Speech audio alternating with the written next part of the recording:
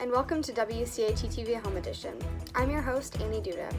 Coming up on today's show, reporter Zach Miller goes behind the scenes with changes you'll see with this year's fall play. McKenna Yitzi talks to members of the choir and how they are adjusting to their performance, and reporter Lauren Davis talks to Mr. Maines and some teachers about block scheduling format. All this and more coming up next. A reminder to all students taking AP classes. If you are interested in taking the AP exam for your classes, the deadline to turn in your registration and check to the guidance office is today, Friday, November 6th. If you have any questions or concerns, see Ms. Hager. Even though CDC guidelines have canceled a lot of events, it hasn't stopped the fall play from happening. Here is Zach Miller with more on this year's fall play. This year is definitely unlike previous years. Not only do they have to follow the CDC guidelines, but they also are doing an original play. This year's fall play is called Love, No Barriers. I went to a fall play rehearsal to find out what it's all about. This show is kind of about our experiences when it comes to being in a pandemic. Teenagers mainly, but also there's a story about a grandfather in a nursing home. There's a story about two moms who are just, wanting a momcation during COVID, during quarantine. There's a couple that meet on a rooftop and fall in love. So I think these stories sort of bring to life what we're all sort of going through, and I'm hoping that people connect and say, oh yeah, that's me, I can see myself in that during this time period. So we were thinking about all kinds of different ways that this COVID has created a barrier for people. And whether it's a physical barrier or a mental barrier, we explore all of those through the play. And the idea is that the human spirit will figure out a way to connect. We'll figure out a way to connect with each other no matter what. That we need that connection, and that we'll sort of, break through walls and jump hurdles and do whatever it is necessary. There's a line in one of our skits that says, "Love recognizes no barriers." And it's actually a quote from Maya Angelou, and we've kind of used that as the theme for our show. So we're excited to show how that human spirit just keeps going even when there are obstacles in our way. Like many other events, the fall play also had to follow CDC guidelines. We chose to do original play because the restrictions and guidelines that we are required to follow for COVID made it really difficult to do a traditional play. So we decided to write a show that would keep us, within the bounds of the regulations and the rules. Our show has maybe 2 kids on stage at a time, 3 at the most, and they're separated more than 6 feet, and oftentimes there's a barrier between them, like a wall or a window or something like that. So, and we can kind of keep that safe distance. When we practice, we have masks on, or we're even farther than 6 feet apart. So we were able to kind of work in those guidelines.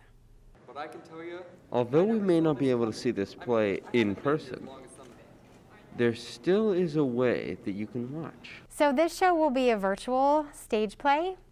So we'll put the show on as if it's a play, but we're going to have somebody come in and film it. So our filmographer, his name is Matt Fridge, and he's a local filmmaker, and he's a professional with great equipment and great experience, lots of wisdom and knowledge about how to do this kind of thing. So we're really hoping that Latrobe sort of sets the bar for how virtual performances might go in the future. I feel like this is a really unique way of us getting our point across about how we feel during this. Go to lovenobarriers.com from November 20th through the 22nd to get your tickets. Reporting from WCAT-TV, I'm Zach Miller.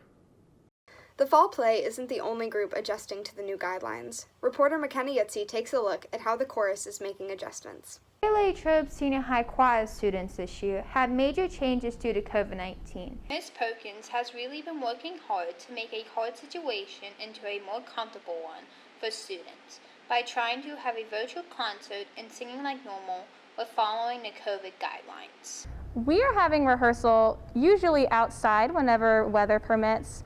We also sing 6 feet apart, and whenever we rehearse, we have to rehearse in a room large enough for that. So usually the CSC or the auditorium. The students had a lot of challenges over COVID-19.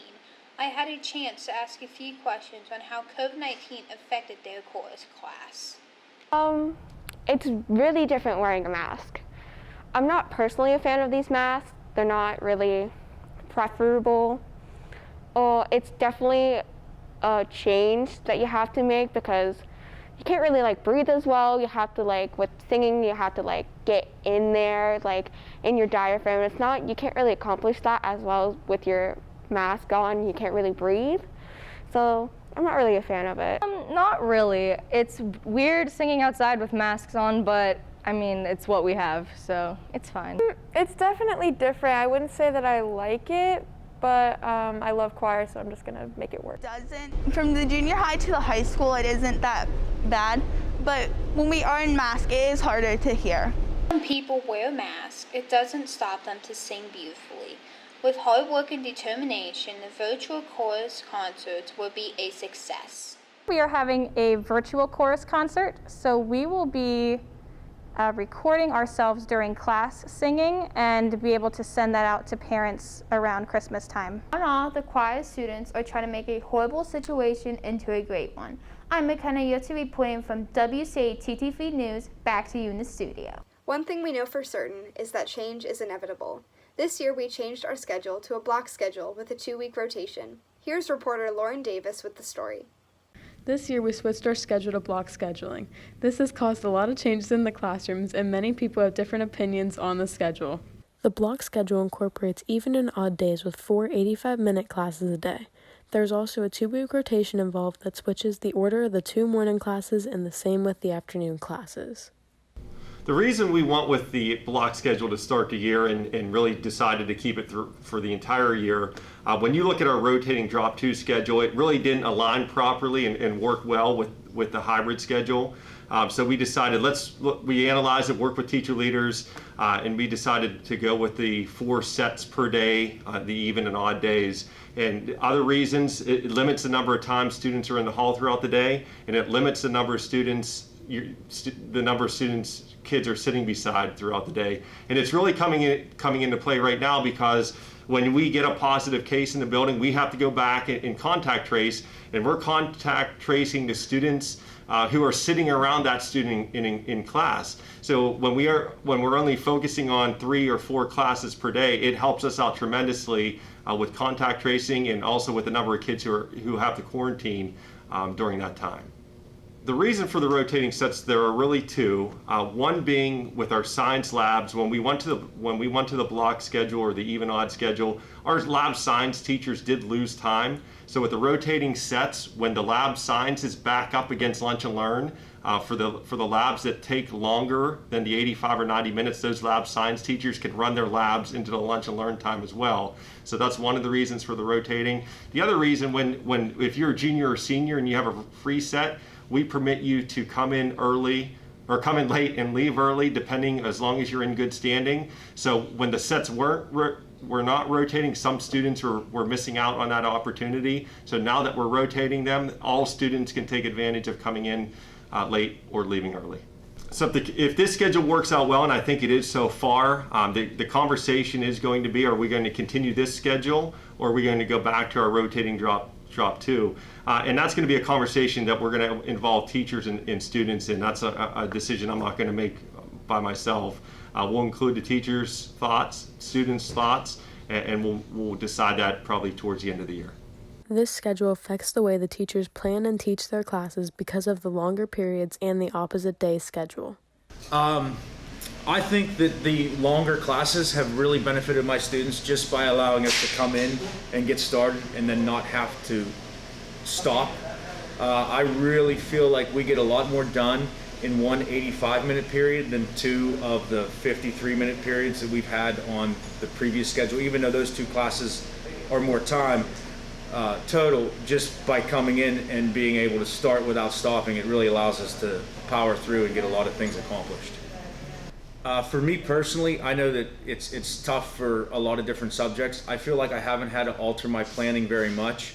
When we're in the lab working on a project, like I said before, it gives them quite a bit of time to work, so that hasn't really affected my planning at all. They just can continue to work, and they seem to enjoy it.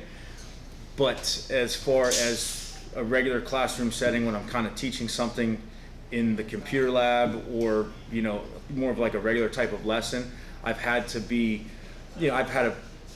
try to allow some time for some smaller activities to kind of break up the information that I'm trying to provide them with for the larger activity. So there has been a little bit of more planning on my part, but it hasn't been too difficult. This new schedule is a big change to everybody, but it has been successful so far and will hopefully continue to be successful in the future. Reporting from WCAT-TV, I'm Lauren Davis. Thanks, Lauren. We go now to Jaden Alessi with your weekly weather. Hello, Wildcats. Monday, we're looking at partly cloudy weather with a high of 73 and a low of 56. On Tuesday, more partly cloudy weather with a high of 73 and a low of 60. Wednesday, that turns to rain with a high of 66 and a low of 44. Thursday, expected to be partly sunny with a high of 54 and a low of 41. Friday, we're looking to finish out the week with rain and a high of 57 paired with a low of 44. That's all for your weekly weather report. We go now to Alexis Coletti with Wildcat World News. Good morning, Wildcats. In world news, the United States had their presidential election on Tuesday. As many states are allowed to open mail-in ballots received after Election Day, it's likely that we won't have a final tally until later this week. In addition, at least 17 people have died as Typhoon Goni rages through the Philippines. And finally, scientists have rediscovered a species of chameleon in its natural habitat in Madagascar for the first time in over 100 years. That's all for world news.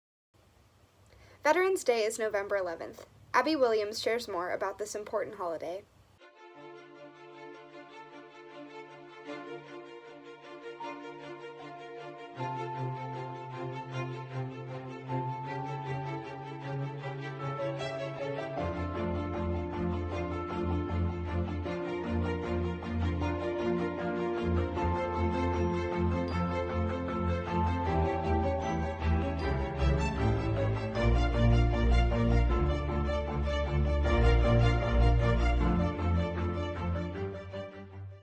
This week marked the 100th anniversary of radio. Jason Markowski shares some more information about this historical event.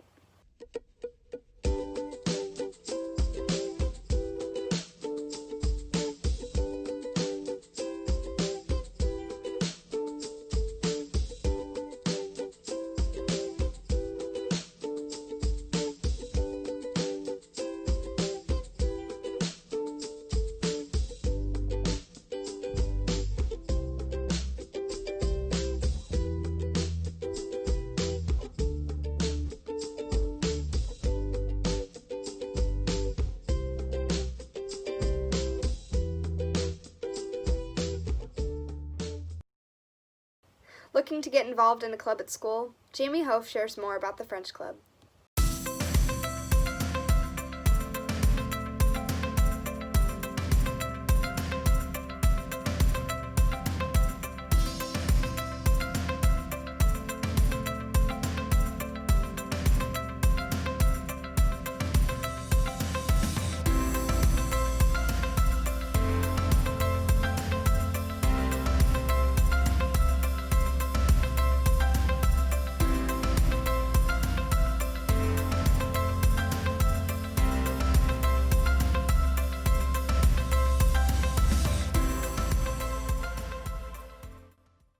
Moving to sports news, it was a great week for Latrobe sports. Here's Luke Hamady with a sports recap on the cross-country and girls tennis teams.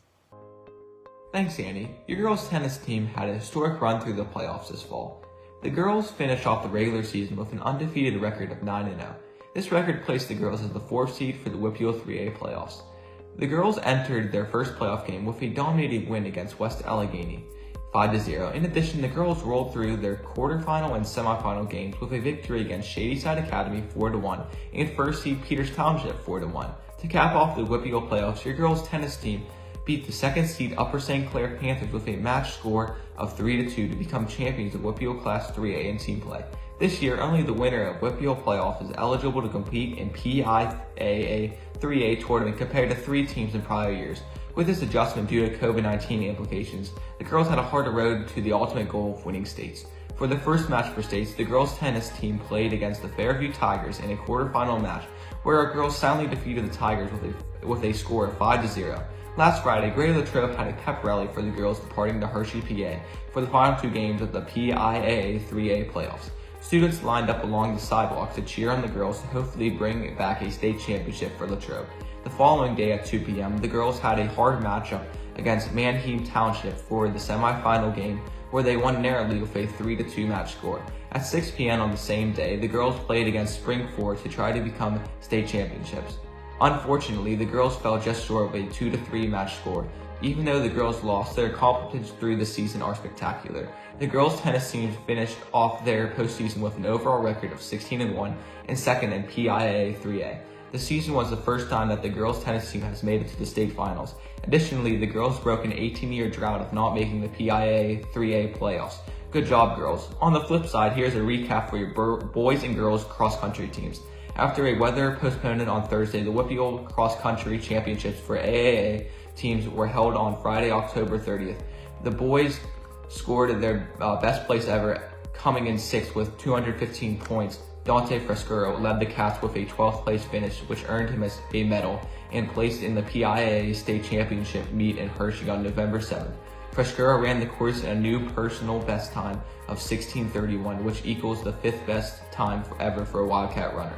Drew Kojic finished the 19th, following by Joseph Hill, David Ann, and Justin Carlson to set the score for the Cats. Cohen Fulton and Matt McCreary also ran for the team, with all 7 runners in the top half of the 210 runners who participated. In the girls' race, Clara Herr ran a personal best, completing the course in 19:53 while placing 20th. Herr was followed by Lexi Planinsek, Aubrey Cable, Hayden Craig, and Cora Dryle. McKenna Skattel and Lizzie Planinsek also competed for the ladies' Cats, who finished 18th in the WPIAL. The girls from North Allegheny joined boys as team championships. The state meet has been downsized and reformatted because of COVID-19 concerns, and the qualification standards were drastically tightened. Under the standards for previous season, Frescuro would have been joined in Hershey by Kojic, Hill, and Herr, which would have been the largest number of individual qualifiers in the Wildcat history. Races at the state begin at 9 a.m. on Saturday, with Frescuro running at 2:45. Reporting for WCAT-TV, this is Luke Hamady. Now here's Brandon Fetter with a look at what's happening nationally. The Steelers won last Sunday against the Ravens in Baltimore. The Steelers improved their record to 7-0 for the first time since 1978 and trade some draft picks for Avery Wilson from the Jets, who goes from 0-8 to 7-0 overnight. They play the Cowboys next week and look to keep their hot streak alive. That's all for sports. Back to you, Annie. We go now to Harley Cochran with entertainment news. This week, in entertainment news, Prince William just now reveals that he had tested positive for COVID-19 back in April. He was seen socially distancing from his wife, Kate Middleton, as well. His father, Prince Charles, however, announced his positive test back in March and displayed minor symptoms. Around the same time, UK Prime Minister Boris Johnson tested positive and had to spend a week in the hospital, even getting sent to the ICU. But luckily, he was able to recover. That's all for entertainment. Back to you, Annie. In other entertainment news, the game Pokemon Go used to be very popular, and now not very many people play the game. Here's reporter Emma Santora to tell us why. Pokemon Go used to be a very popular game, but now not very many people play it. Let's find out why. Pokemon Go was released in 2016, and there were over 500 million downloads in the first year. The game encouraged people to get out and walk around in order to play the game. I asked some people on why they think Pokemon Go isn't popular anymore. I think Pokemon Go isn't as popular anymore because other games started coming out and more people started playing those games rather than playing Pokemon Go and kind of forgot about it. Instead of just taking a stroll around your city, people would drive while playing the game, which led to many accidents and even death. Although some kids still play Pokemon Go, I think it has decreased in population because of the fact that it takes away a lot of your attention from what's going on in the real world.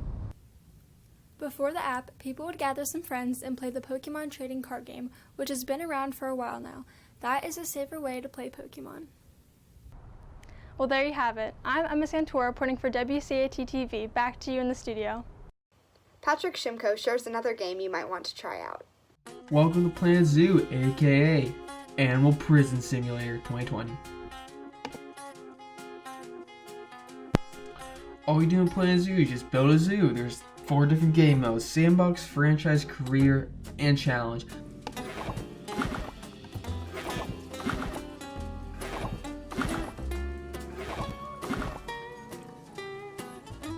In order to have a nice zoo, you have to have happy animals. unless you're a hippo, because every single time you make their exhibit, they're not always happy. So just never use them. For the exhibits, everything has to be just perfect. Unlike me, where I took like 100 times trying to build my Galapagos giant Taurus exhibit. Within the game, in order to get animals, you have to go to the animal market. And just be honest, only buy one reptile because it takes them like 5 years to grow up, so just stick with mammals. And within the game, you can learn a lot about animals. For instance, I learned that cassowaries can disembowel you with one swipe with their claws. Let's try it out. In conclusion, I give Planet Zoo a 9.5 out of 10. Learning from home also opens up some opportunities for different lunches. Here's Alex Woodring with What's Cooking. What's cooking, Latrobe? Hope your quarantine is going well. Since, of course, school is now at home, I'll no longer be informing you on the cafeteria lunch, but instead the lunches that the students have made while stuck at home. And for today's first lunch, this comes from Ian McHugh, which has prepared himself an classic old school lunch. He's enjoying a homemade ham and cheese sandwich. It appears to have been toasted, and he can't be happier about it. And up next, this may not be as inspired as the last, but nonetheless, I can guarantee you that it tastes just as good. As you can see by the photo, she is very happy about her lunch. She has prepared herself a package of Halloween-themed Reese's Peanut Butter Cups. And up next, we got a 6-inch Subway sandwich from Chloe Wilshow that appears to have way too much mayo on it. Either way, you can see by the photo that she enjoys it, whether or not the excess of mayo was intentional or not. And last but not least, this last lunch comes from Lauren Jones, which prepared herself seasoned chicken on lettuce on a buttery croissant. That's our weekly program, What's Cooking? Thanks, and back to you.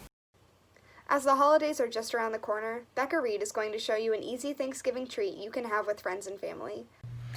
Hey everybody, I hope you're all enjoying your online classes, and since Thanksgiving is right around the corner, I thought I would show you guys how to make some fried apple rings.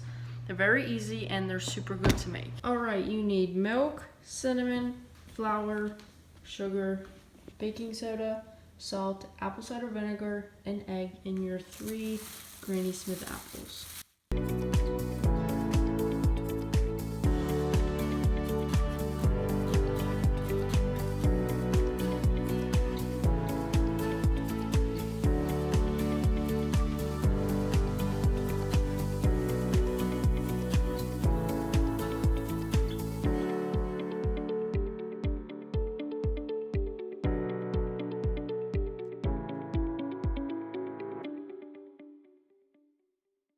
Those treats would be perfect to share with your family as you watch the Thanksgiving Day Parade. Sophia Surge highlights what changes are in store for this year's parade. The outbreak of COVID-19 has caused many holiday events to be canceled. Luckily, the Macy's Thanksgiving Day Parade is still scheduled. The parade will look a lot different this year, though. The event that usually draws more than 3.5 million spectators is going to be a television-only special presentation. The balloons will still be flown, but not by human handlers. Instead, they'll be carried by special vehicles. Another big difference this year is that performances won't be live.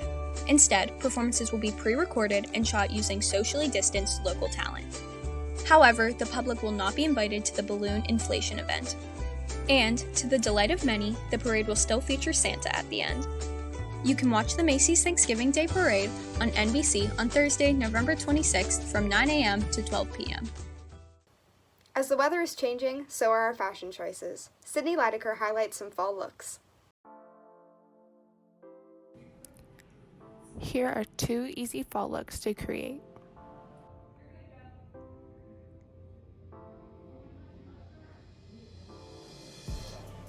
To create this look, you can get the top at Shein for $7, the jeans at H&M for $10, and the shoes at Journeys for $60.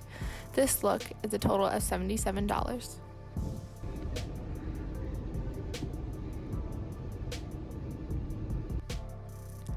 To create this look, you can get the jacket at Wilbur's for $100, the shoes at Rue 21 for $20, the jeans at Rue 21 for $20, the shirt at Walmart for $3.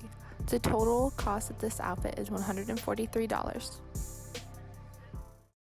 To complement those outfits, Emma Santora demonstrates a fall hairstyle.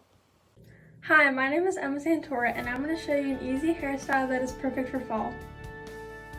To start off, I am taking a small section of my hair that is the closest to my hairline and braiding that 3/4 of the way down. After braiding, I am tying it off with an elastic.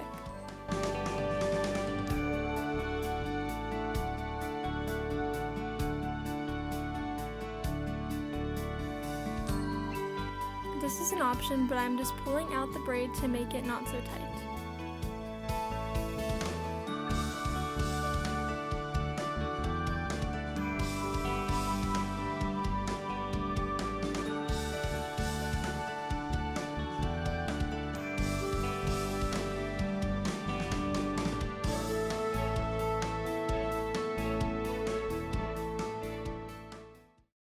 Thanks for tuning in to WCAT-TV. We will see you next Friday. Stay healthy and stay safe, Latrobe.